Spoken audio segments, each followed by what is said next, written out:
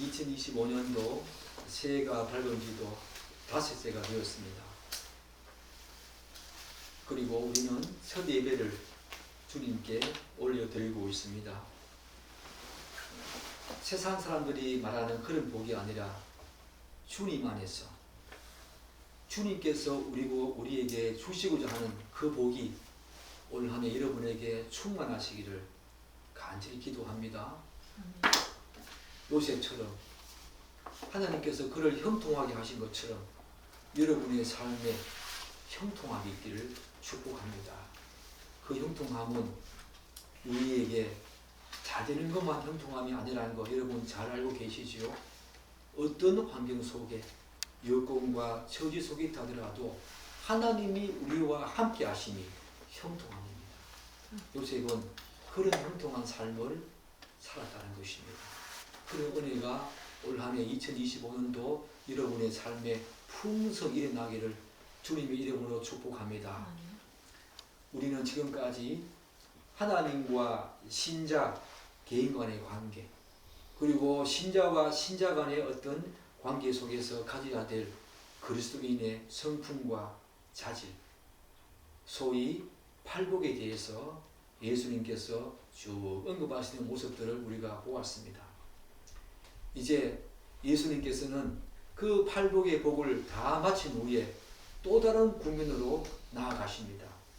그것은 팔복의 성품과 자질과 특성을 가진 그리스도인의 정체성, 그리고 그런 정체성을 가지고 그리스도인이 이 땅에 어떤 영향력을 끼치면서 책임과 역할을 다해야 하는지 주님께서는 오늘 우리에게 5장 13절을 통해서 너희는 세상의 소금이다 이렇게 말씀하십니다. 너희는 세상의 소금이니 소금이 만일 그 맛을 잃으면 무엇으로 짜게 하리요? 후에는 어떻게 된답니까? 아무 쓸데없어 다만 밖에 버려져 사람에게 밟힐 뿐이다. 사랑하는 여러분, 무거운 주제입니다. 우리의 가슴을 짓누르고 정말 예수님께서 왜 우리에게 이런 팔복의 그 놀라운 복을 말씀하신 후에 왜 이렇게 우리의 가슴을, 우리의 무게의 중심들을 좀 흔드는 이런 내용들을 말씀하실까 궁금하지요. 저도 많이 궁금하고 또 하나님께 많은 질문을 던지게 됩니다. 왜 우리에게 이런 무게를 주실까? 우리는 그럼에도 불구하고 우리는 먼저 예수님께서 14절에 세상의 빛이다 라고 말씀하시는데 너희는 세상의 빛이다 라는 말씀보다 먼저 왜 너희는 세상의 소금이니 라고 하는 말씀을 먼저 하시는지 그 의도와 목적이 무엇인지 알 필요가 있습니다.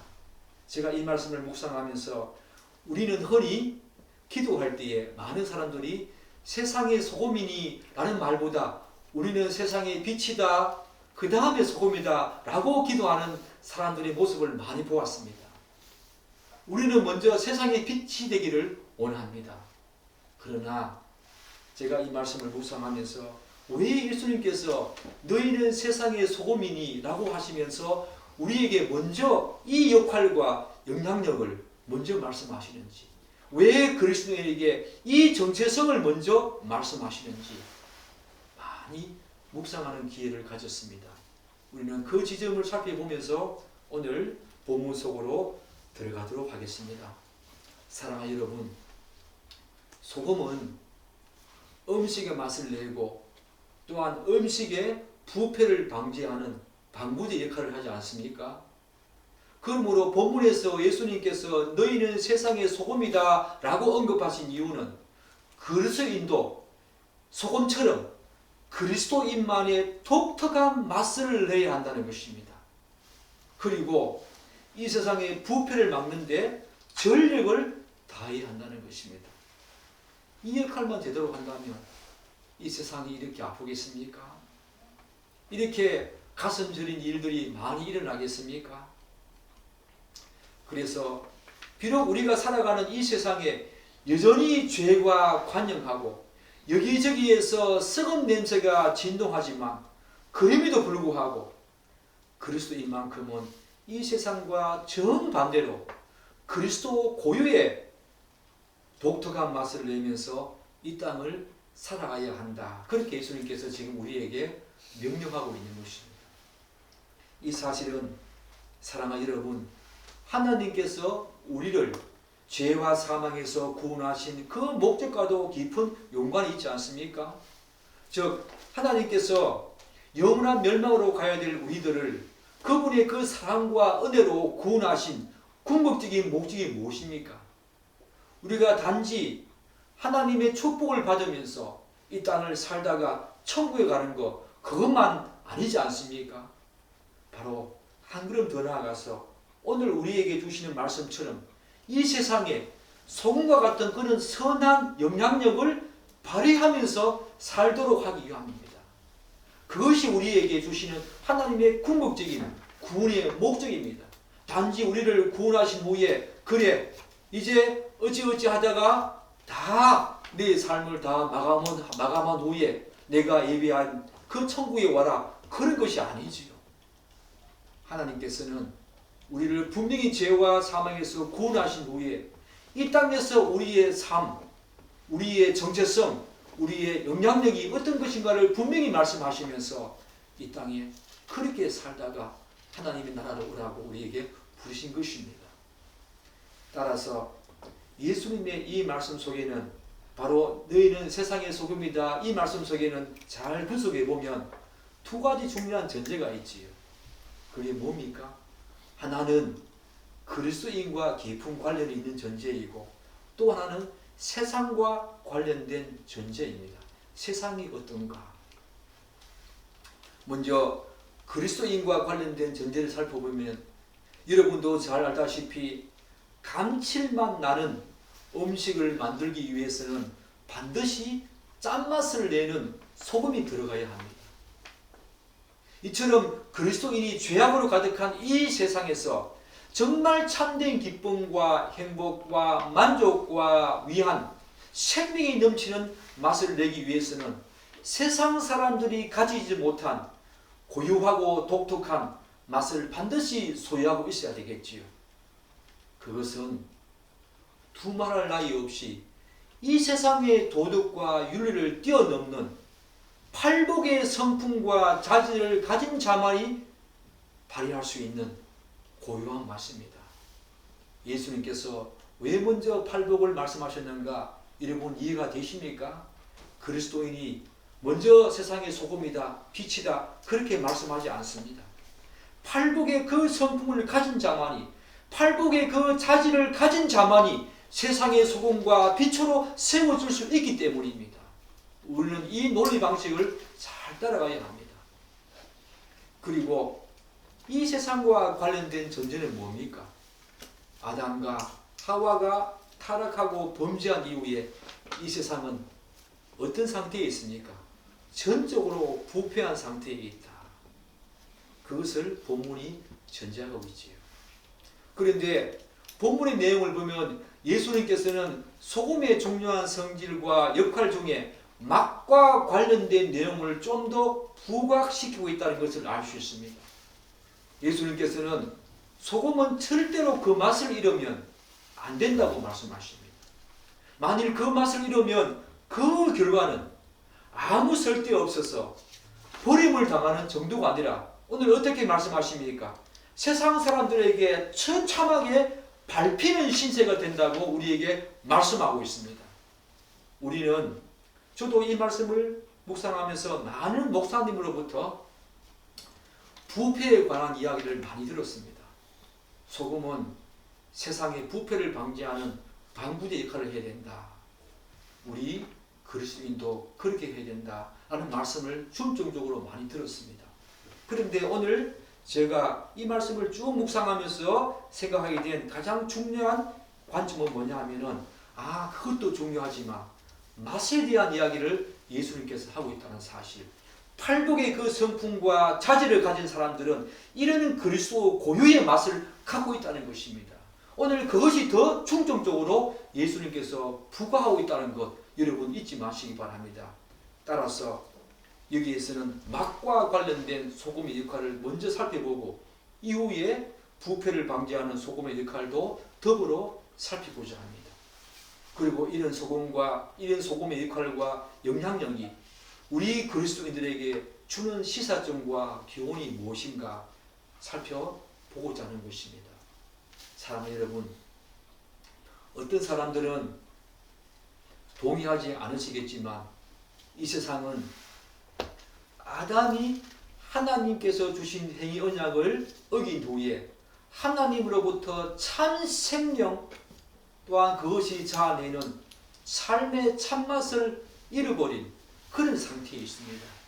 여러분은 동의하십니까?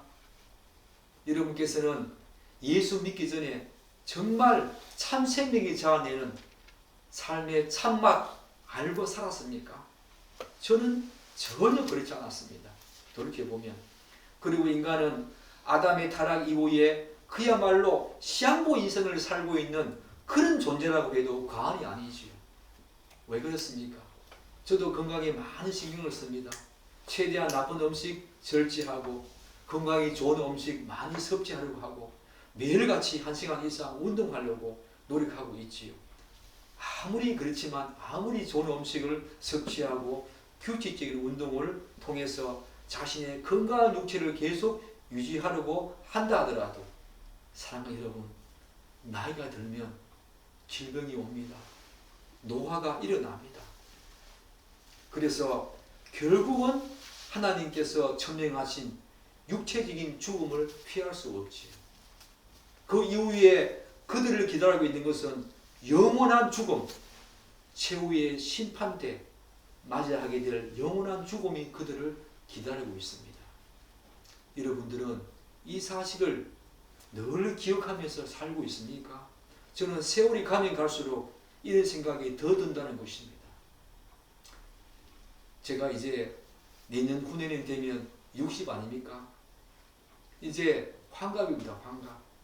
어디 가서 제가 60이다 그러면 사람들이 조금 놀랍니다. 참 동안이다. 어떻게 그렇게 건강 관리했냐고. 예수 믿으십시오. 예수 믿으면 진짜 살만납니다. 진짜 기쁩니다. 행복합니다. 우리 영성이가 둘째 아들이 일주일 전에 그런 말을 하는 거 들었습니다. 40이 되면 자기 얼굴에 책임져야 하고 말에도 책임져야 한다고. 맞습니다. 예수 믿으면 여러분 이 땅에 참된 기쁨 알고 살만납니다. 돈이 많다고 높은 지위와 명예에 그런 것들을 획득한다고 해서 기쁜 거 아닙니다, 여러분. 그렇지만 우리는 제가 아무리 동안이라도 늙어가지 않습니까? 언젠가는 노화가 되고 질병에 걸리고 죽을 운명에 처한 것이 인간 존재입니다. 이렇듯 인간의 운명은 어머니 모태에서부터 죄 중에 태어나서 하나님과 전혀 상관없이 그냥 죄만 주구장창 짓다가 영원한 멸망으로 가야 될 그런 처지에 놓여 있지요. 여러분 동의하십니까? 그래서 제가 맨 처음에 그렇게 말하지 않았습니까? 이 부분을 동의하지 않는 사람도 있을 것이라고. 여러분 동의하십니까? 무엇보다 인간은 하나님의 형상과 모양대로 지음받은 영적인 존재입니다. 그래서 영으로 다시 거듭나지 않은 인간은 그 누구도 영적으로 존재하시는 하나님을 볼 수도 없고 알 수도 없습니다. 그러므로 중생하지 못한 인간은 하나님과의 그 인격적인 관계성 속에서 그분이 주시는 참 생명과 기쁨을 알지 못한 채 누구나 예외 없이 죽음을 향해 가는 존재에 불과하지요. 새해에 이런 무거운 주제를 가지고 여러분에게 말씀드려서 죄송합니다. 그러나 너무나 중요한 주제입니다. 비록 이런 인간은 비록 온갖 부귀영화를 누리고 막강한 권세를 가졌다고 하더라도 세월이 지나면 그 모든 것은 한줌 재로 남을 뿐입니다. 이 사실을 빨리 깨달아야 합니다. 인간은 바로 그런 존재이고 세상은 바로 그런 곳입니다. 이런 인간에게 무슨 소망이 있고 살맛이 있겠습니까? 이 사실을 안다면. 그러나 그리스도인 어떤 존재입니까? 거듭나서 구원을 받은 그리스도인은 바로 하나님의 참 생명과 은혜, 그것이 자아내는 삶의 참맛을 아는 존재입니다. 그래서 우리가 가진 고유한 속성과 성품과 그리고 그것에서 풍겨 나오는 참맛을 이 세상 사람들에게 풍성히 발산하며 흘러 보내야 합니다. 예수님께서 너희는 세상의 소금이다. 바로 그런 것이죠. 그리고 삶의 궁극적인 목적과 참맛을 잃어버린 채 이 땅을 살아가고 있는 수많은 사람들에게, 그들에게 머지않아 닥칠 비참한 운명, 그것과 함께 전혀 다른 삶이 있다는 것, 그 비참한 운명이 아니라 전혀 다른 삶이 있다는 것을 그들에게 알려줘야 합니다. 뿐만 아니라 참된 기쁨과 만족과 영광과 평강이 무엇이며 누구로부터 그런 것이 오며 어떻게 그런 것을 얻을 수 있는지 그 방법 또한 정확히 알려주는 맛을 우리가 내야 한다는 것입니다. 그 맛을 우리가 내야 합니다.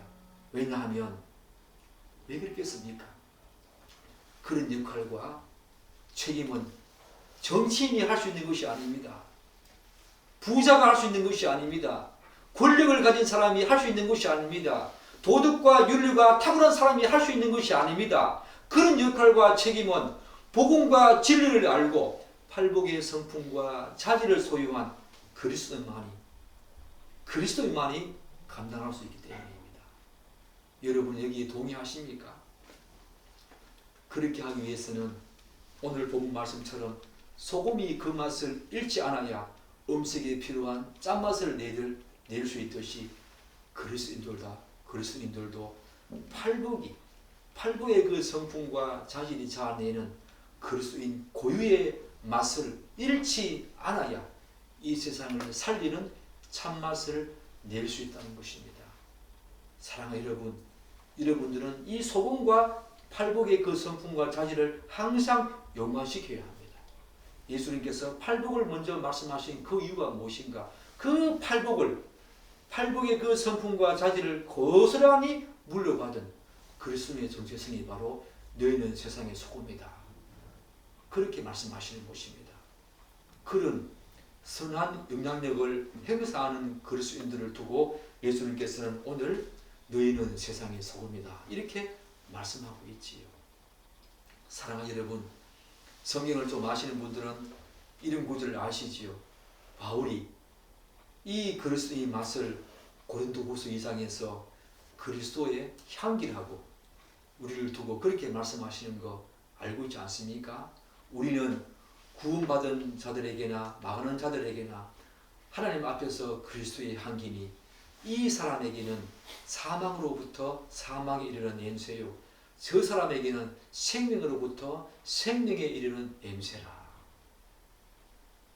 예수님께서는 바로 이런 맛을 내고 이런 향기를 바라는 삶이 그리스도인이, 이 시대를 살아가는 그리스도인이 반드시 이 세상을 향한 영향력이자 책임이자 역할이라고 우리에게 선포하십니다.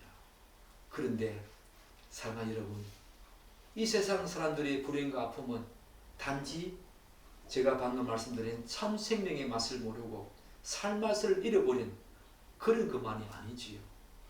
오늘 우리가 부패에 대한 내용을 살피겠지만 성경은 이 세상은 심각한 부패 상태에 있다. 그렇게 말하지 않습니까?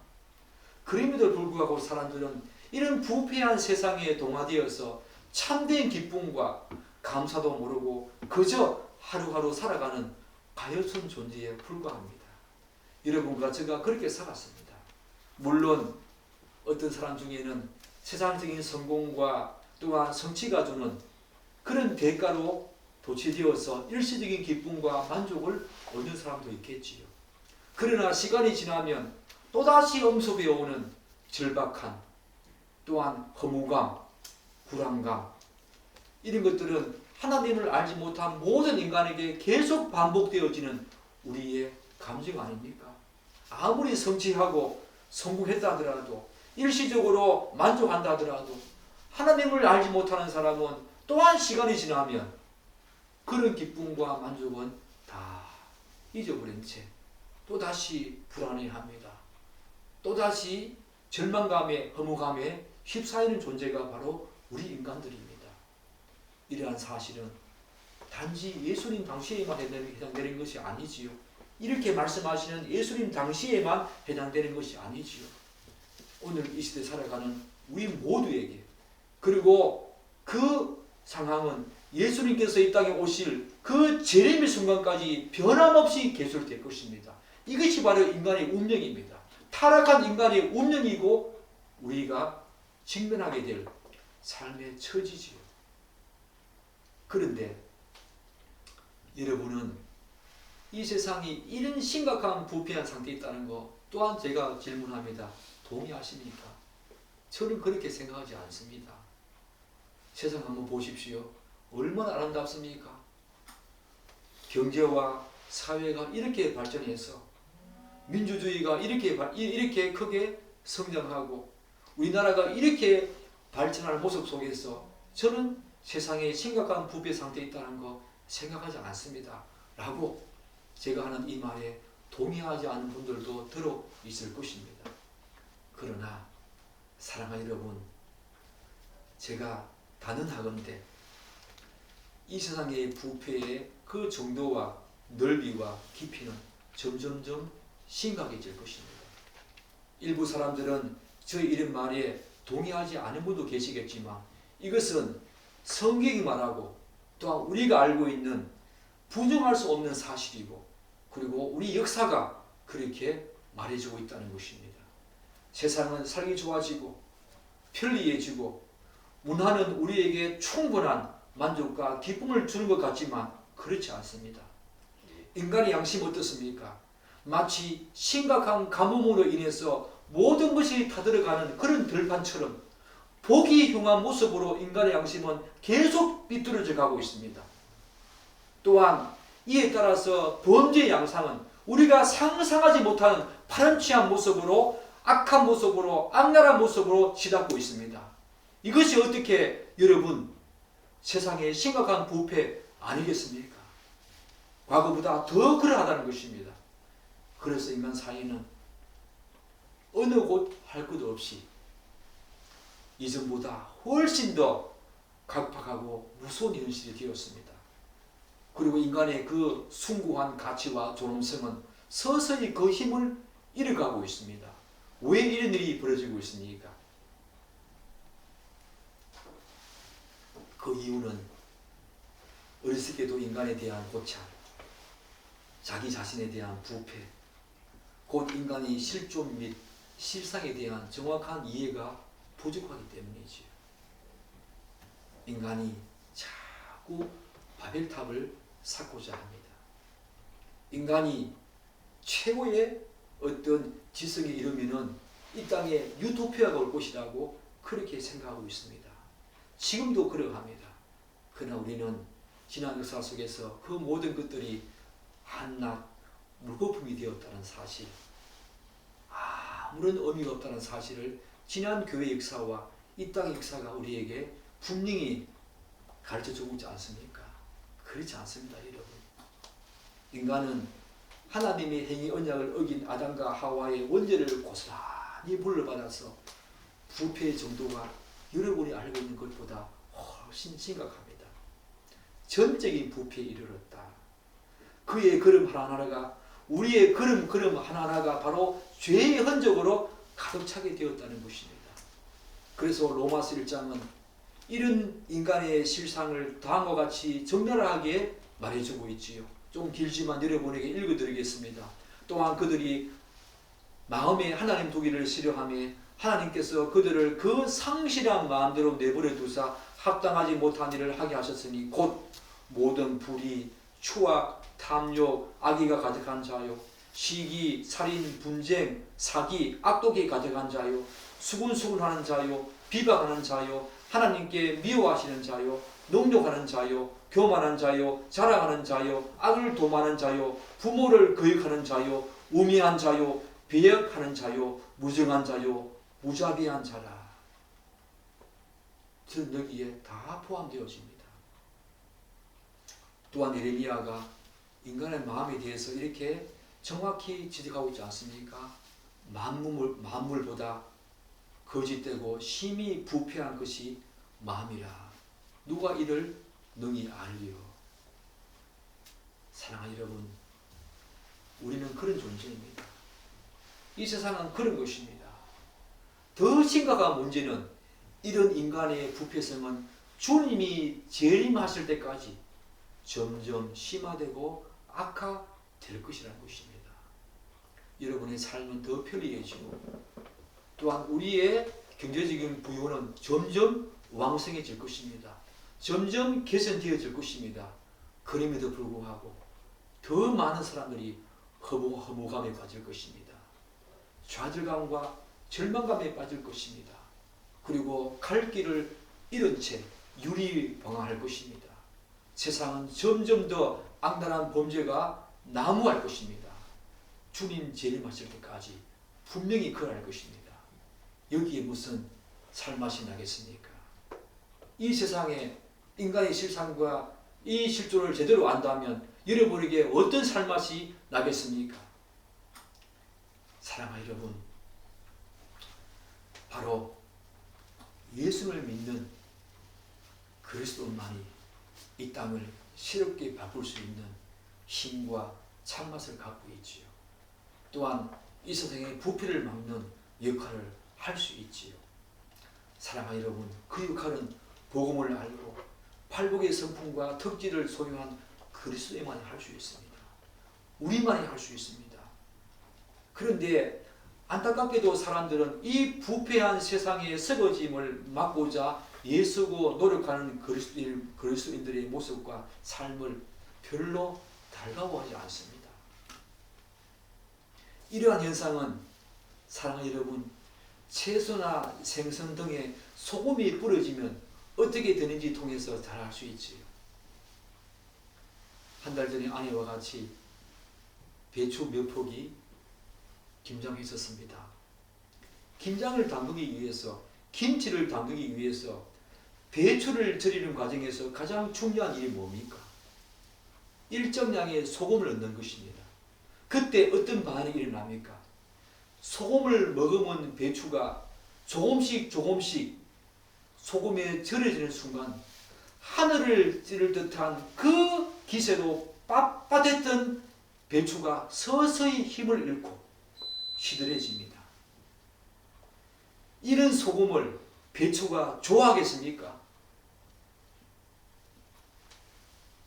바닥에 기세를 올리고 있던 팔팔하게 살아있던 그 배추가 소금이 들어가서 절여지는 순간 자신의 온몸에 힘을 잃고 맙니다. 이런 소금의 역할을 하는 것, 배추가 소금을 좋아하겠습니까? 세상과 똑같은 이치입니다. 세상 사람들은 이런 소금의 역할을 하는 그리스도인들을 좋아할 리 없습니다. 팔팔하게 살아서 한껏 자신의 자태를 뽐내고 있던 이 배추의 몸속 구석구석을 사정없이 후벼 파고 들어가는 그 배추, 그래서 자신의 몸을 죽이는 소금을 누가 좋아하겠습니까? 절대로 배추는 좋아하지 않습니다.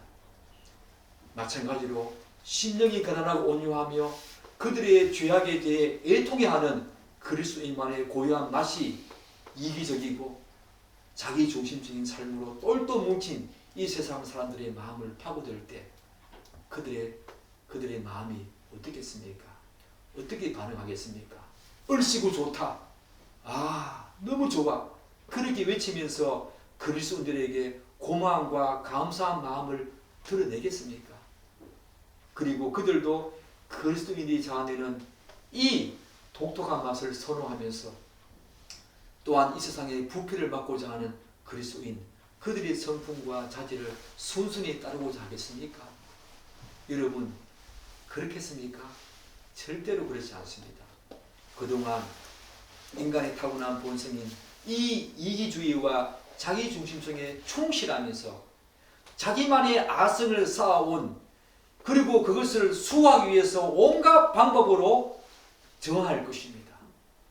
그뿐입니까? 여러분은 가짜본 미꾸라지에게 소금을 뿌려본 경험이 있습니까? 저는 있습니다. 그때 미꾸라지의 반응을 본 사람은 다 아실 것입니다. 소금의 짠 특성이 자신의 피부를 사정없이 뚫고 들어가서 피부를 자극할 때 미꾸라지는 미친 듯이 날뛰니다. 그 소금을 미꾸라지가 좋아하겠습니까? 이처럼 짠맛을 내는 소금과 같이 그리스도인이 자아내는 이 팔복의 고유한 맛이 부패한 이 세상 저곳저곳에 침투에 들어갔을 때 사람들은 다 싫어하지. 부정적인 반응을 보입니다. 그들은 어찌할 줄 모르고 몹시 당황해 할 것입니다. 그리고 마치 전혀 다른 세상에 와 있다는 생각조차 할 것입니다. 그럼에도 불구하고 그들은 그리스도인에게 곱지 않은 시선을 던질 것입니다. 때로는 그리스도인을 거부하고 싫어하며 심지어 정오하기도 할 것입니다. 그러나 비록 세상이 그런 반응을 보인다고 하더라도 우리를 정오하고 싫어하고 대적한다 할지라도 그리스도인은 이 일을 절대로 멈추면 안 됩니다. 멈출 수가 없습니다.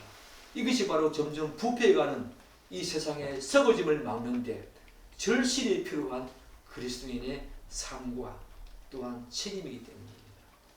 그것이 바로 너희는 세상의 소금이다 라고 말씀하신 예수님의 그 음성에 반응하는 그리스도인의 참된 영향력이기 때문입니다. 사랑하는 여러분, 지금까지 예수님께서는 소금과 관련한 그리스도의 정체성 그리고 그 역할과 책임을 말씀하셨지요. 이것은 좀 소극적인 측면에 해당하지 않습니까? 왜 그렇습니까? 그리스도인은 소금처럼 그 고유한 맛과 성질을 잃지 않는 것이 중요합니다. 잃어버리지 않는 것, 이런 소극적인 측면이 분명히 먼저 있다는 것입니다.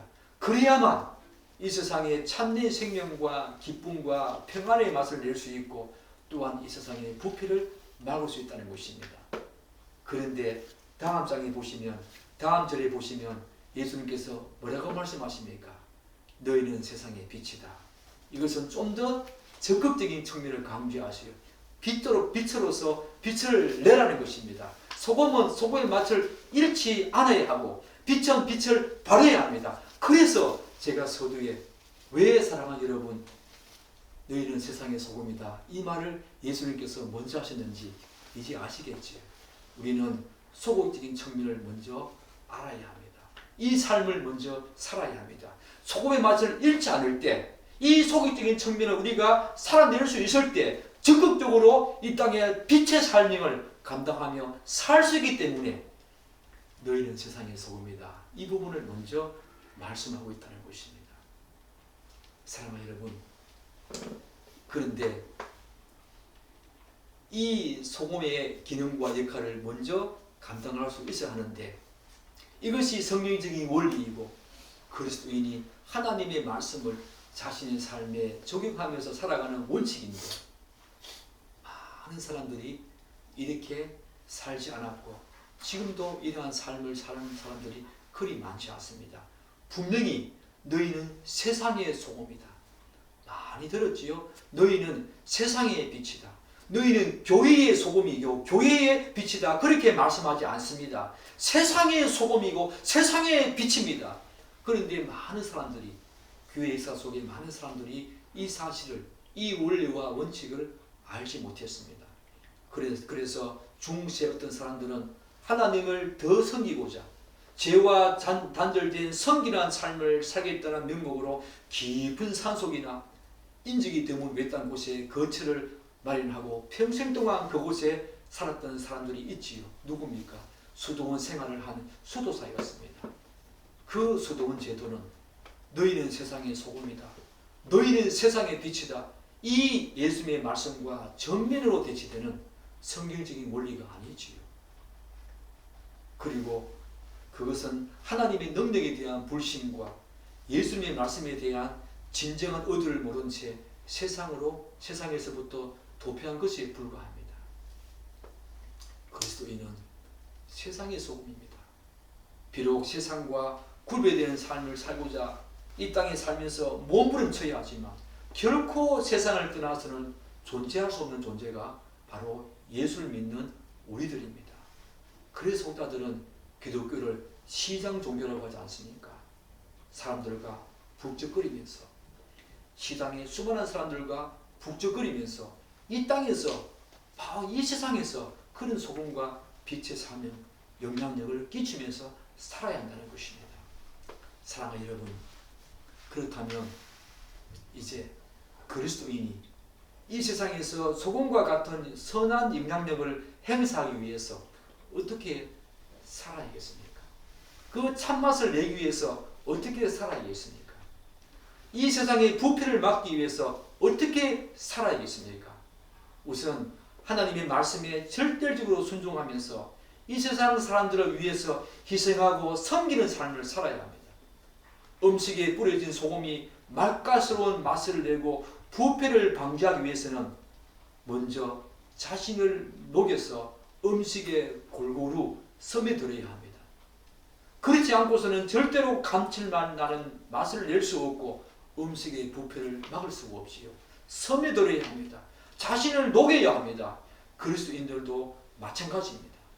세상 사람들과 함께 섞이고 부딪히는 것을 결코 주저하지 말아야 합니다. 우리를 죄와 사명에서 구원하기 위해서 십자가에서 자신의 몸을 찢고 희생하신, 피를 주신 예수님처럼 희생과 성경과 나눔의 삶을 이 세상에서 실천하며 살아야 합니다. 뿐만 아니라 어떻게 살아야 합니까? 그리스도인은 이 세상의 부패를 방지하고 좀 더 공의롭고 정의로운 사회를 만들기 위한 법과 제도가 제정되도록 또한 도와야 합니다. 그리고 필요하다면 적극적인 의사를 표명해야 합니다. 그런데 오늘날 많은 사람들은 급격한 사회 변화와 삶에 깊숙이 파고들어온 포스트 모더니즘, 이 사고는 이러한 삶을 살기에 결코 녹록하지 않은 환경을 우리에게 제공하지요. 왜 그렇습니까?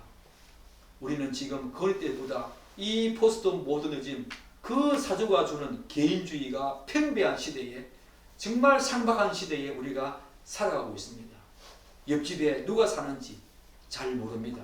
심지어 옆집에 사람이 죽어가도 슬퍼하기는커녕 아무런 관심도 없고 알려고도 하지 않습니다. 그리고 나와 상관없는 일이라면 다른 사람들의 아픔과 고통을 외면하는 경우가 당연한 그런 지사가 되었습니다. 사랑하는 여러분, 그렇지 않지요. 그런 삶은 우리가 이 땅에 소금의 참맛을 내면서 사는 그리스도인의 삶이 아니지요. 예수님은 팔복에서 뭐라 말씀하십니까? 예통하는 자가 복이 있다, 그렇게 말씀하지 않습니까? 그리스도인은 바로 그런 복을 받은 자로서 예통해야 할 때에, 다른 사람들의 그 삶과 아픔과 고통에 관심을 가질 때에 참맛을 낼 수 있습니다. 따라서 세상 모든 사람들이 그렇게 산다 하더라도 그리스도인은 절대로 그렇게 살 수 없을 뿐만 아니라 오히려 이웃의 아픔과 고통과 슬픔을 자신의 아픔으로 동일시하면서 함께 애통해야 합니다. 그리고 이 세상에서 벌어지고 있는 수많은 일들에도 그리스도인은 관심을 가져야 하지요. 자신의 본분과 사명을 다해야 합니다. 결코 나의 일, 우리나라와 관련 없다고 해서 무관심하면 안 된다는 것입니다. 그것은 이 땅에 소금의 맛을 내는 것이 아니라는 것입니다. 생명의 맛, 참맛, 살맛을 내는 것이 아니라는 것입니다. 사랑하는 여러분, 그리고 무엇보다도 우리가 이 참맛을, 살맛을 내기 위해서는 구주 되신 예수 그리스도, 그분의 성품을 담고자 하는 이 거룩한 성화의 과정에 몸부림쳐야 합니다. 온 세상이 부정과 부패, 거짓과 그런 간사함이 난무하는 이 세상에서 우리는 정말로 거룩한 사람으로 빚어져가고 정직하고 청렴하고 정직하고 청렴하고 깨끗하게 살아야 합니다. 그것이 바로 살맛을 내는 것이고 참맛을 내는 것이고 그리스도 팔복을 가진 그 자질과 특성을 가진 예수 그리스도를 믿는 사람의 바로 소금과 같은 맛이겠지요. 사랑하는 여러분, 그런데 아직 여러분과 함께 나누어 볼까? 이런 삶을 살지 못하는 그리스도인 어떻게 된다 합니까? 잘 알다시피 소금이 불순물과 섞여 있으면 제 역할을 못하지요. 마찬가지로 그리스도인에게 우선적으로 요구되는 것은 이 세상의 가치와 생각과 사상에 동화되어서 이 세상 사람들과 별반 다름이 없는 삶을 산다는 것은 너무나 안타까운 것입니다. 오히려 그리스도인은 세상에 동화되는 존재가 아니라 세상을 조절하고 이끄는 존재가 되어야 합니다. 그리스도인은 절대로 이 세상의 것들이 자신의 마음과 영혼에 침투해서 자신을 오염시키지 못하도록 막아야 합니다. 그러기 위해서는 팔복에서 다시 팔복을 언급합니다. 팔복에서 말하는 그리스도인의 성품과 자질을 끊임없이 사모하면서 하나님 앞에서 살고자 해야 합니다. 사랑하는 여러분, 2025년도 한 해 그렇게 살기를 여러분에게 간절히 소망합니다. 정말 우리에게 새로운 한 해가 시작되었습니다. 이전 것은 지나가시니 새롭게 되었다. 예수님께서는 사도 바울은 고린도후서 5장 17절에서 그렇게 말씀하지 않습니까? 새해가 열렸습니다. 우리는 이런 소금의 맛을 내면서 이 땅을 살아야 합니다. 참 생명의 맛을 내면서 이 땅을 살아야 합니다. 세상 곳곳에 아픔이 있습니다. 고통과 슬픔이 있습니다. 잘됐다고 생각하지만 그들에게도 아픔이 있고 그들에게도 말하지 못할 정말로 허무와 절망감, 그런 것들이 그들을 사로잡고 있습니다. 참 생명을 알고 하나님의 은혜를 아는 우리 그리스도인만이 그들에게 참맛을 줄 수 있고 낼 수 있습니다. 올 한 해 송과 같은 이런 역할을 하면서 죽어가는 이 세상에, 부패한 이 세상에 여러분의 생명의 맛을 풍성히 발산하면서 그들을 살리고 살맛을 내게 해서 그들도 이 땅에 참된 기쁨과 만족과 위안을 얻으면서 살아가는 그런 이 세상 만드는데 여러분이 일조하고 또 그런 존재가 되기를 간절히 축복하고 기대합니다. 기도하겠습니다.